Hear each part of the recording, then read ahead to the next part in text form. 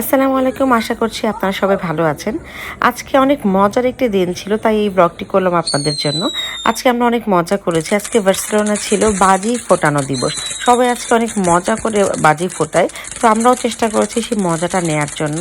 বাজি ফোটানোর জন্য সবাই মিলে আমরা অনেক মজা করেছি, বাজি ফুটিয়েছি।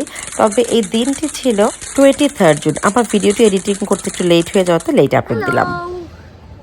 কি কোথায় যাচ্ছি আমরা আজকে? কোথায় যাচ্ছি আমরা এখন যাচ্ছি কোথায়?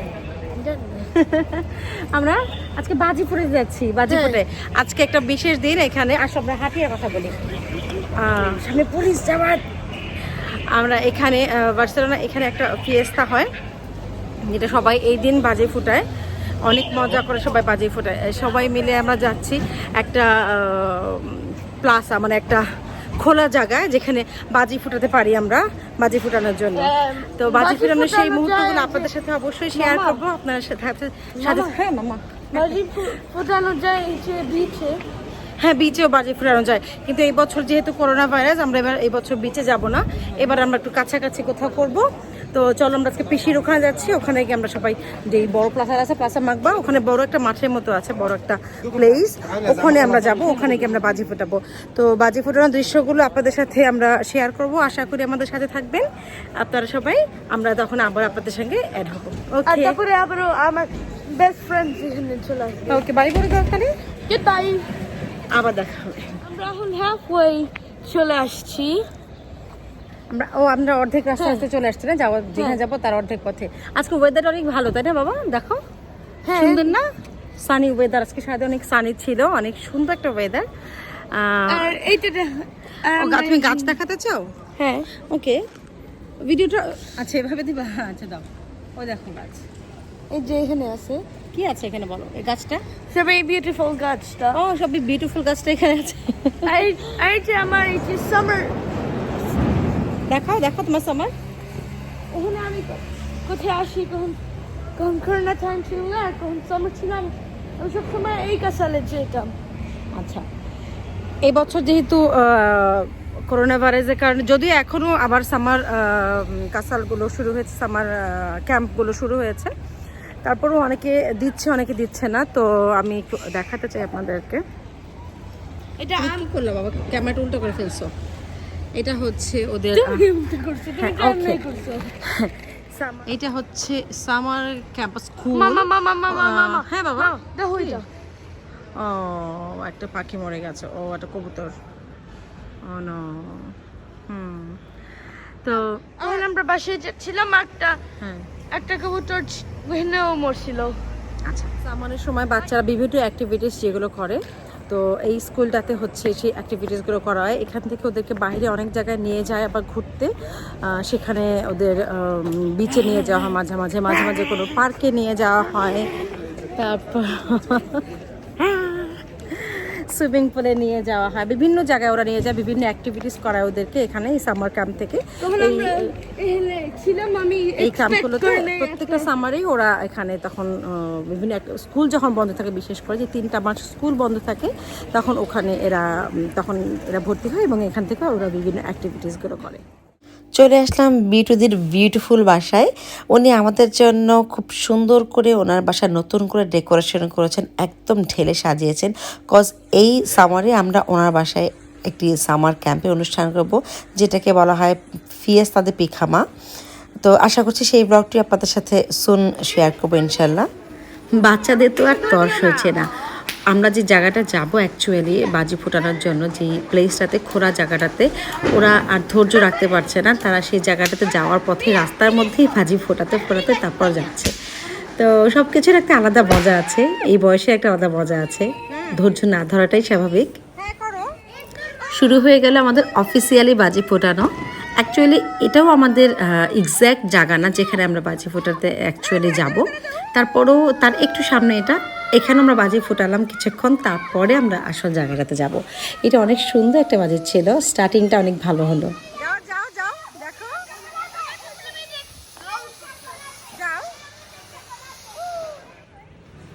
এই তারাবাজিগুলো খুবই পচা ছিল, এগুলো ঠিকমতো আগুনে ধরছিল না।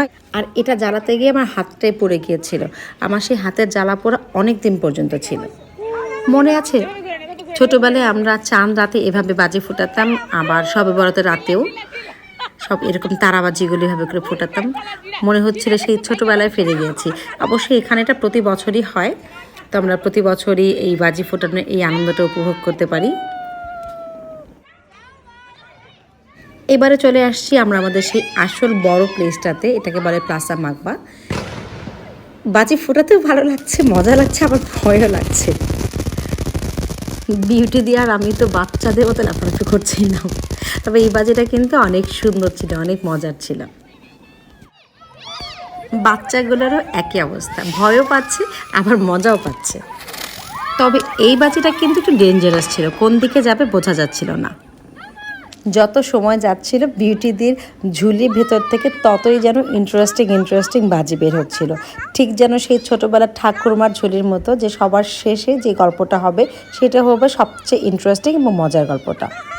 আমি এবার বাজি কিনিনি, তাই বিউটিদের ঝুলির উপরেই ভরসা করতে হয়েছে।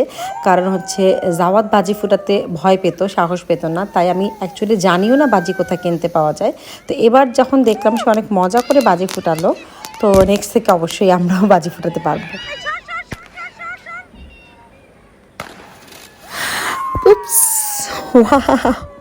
It was really amazing! এটা এত সুন্দর ছিল যে এটাই অ্যাকচুয়ালি শেষ হওয়া উচিত ছিল, বাট ওই যে বললাম আমরা বাজিটা ফোটানোর আগ পর্যন্ত বোঝা যায়নি কোনটা কেমন হবে, তাই বুঝতে পারিনি। তবে হ্যাঁ, আমাদের শেষটাও অবশ্যই সুন্দর হয়েছে, আর শেষটা কেমন হয়েছে সেটা দেখতে হলে চোখ রাখতে হবে, সাথেই থাকতে হবে, আমাদের সাথেই থাকুন। ওই দিন প্রচণ্ড বাতাস ছিল, বাতাসে বাজি ফুটিয়ে মজা পাচ্ছিলাম না। আর একটা মজার জিনিস হচ্ছিল, সেটা হচ্ছে ছোট ছোট যে মরিচ বাজিগুলো থাকে ওইগুলো একজনের গায়ে একজন ফুটাচ্ছিল, আর সবাই ভয়ে লাফিয়ে উঠছিলাম, এটাও একটা মজার ছিল।